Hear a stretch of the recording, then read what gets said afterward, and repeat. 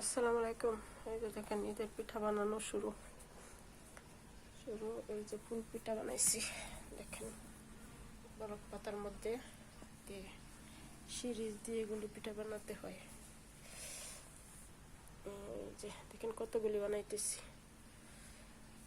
আমাদের এলাকায় বিয়ে করলে এসব পিঠা খাওয়া হয়, জামাইদেরকে জামাই আদর করে। দেখেন কত পিঠা। এখন এগুলি সিদ্ধ করব, তারপর সিদ্ধ করে তারপর রোদে দিয়ে শুকাতে হবে।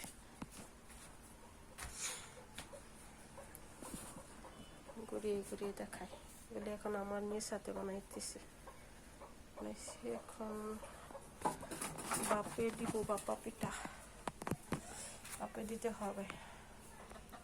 সিদ্ধ দিয়ে তারপর রোদে দিয়ে শুকাইলে পরে তেলে ভাজলে অনেক সুন্দর হয়, অনেক মজা লাগে। পিঠা পিঠা চপ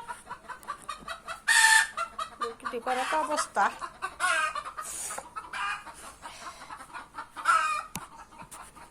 জাকানাকা জাকানাকা জাকানাকা পিঠা কে খাবেন চলে আসছেন আমাদের নরসিংদী ঐতিহাসিক জেলার মধ্যে। নরসিংদী জেলার মধ্যে এসব পিঠা সবার ঘরে ঘরে এসব পিঠা বানায়। ফুল পিঠা, শিরিষ পিঠা, তারপরে পাতা পিঠা, অনেক রকমের পিঠা বানানো হয়। কারণ চলে গেছে। আরে কি করতেছে মুরগিটি? ডিম পাড়া মনে করে কি করে লাগছে।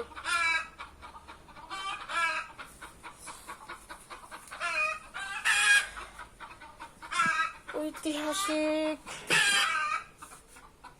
পিঠার জেলা, এটা হচ্ছে আমাদের নরসিংদী জেলার পিঠার সংগ্রহ।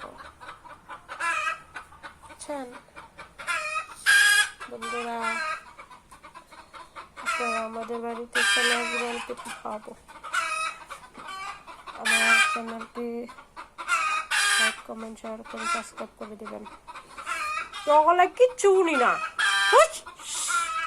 হাই মুরগি মুরগি বেদ্য একটা ডিম পাইলে কুমাইতেছে, তার জন্য আর কোনো ডিম পাচ্ছে না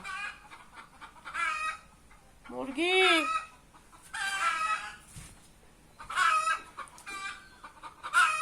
আমি তোর যাবো যা।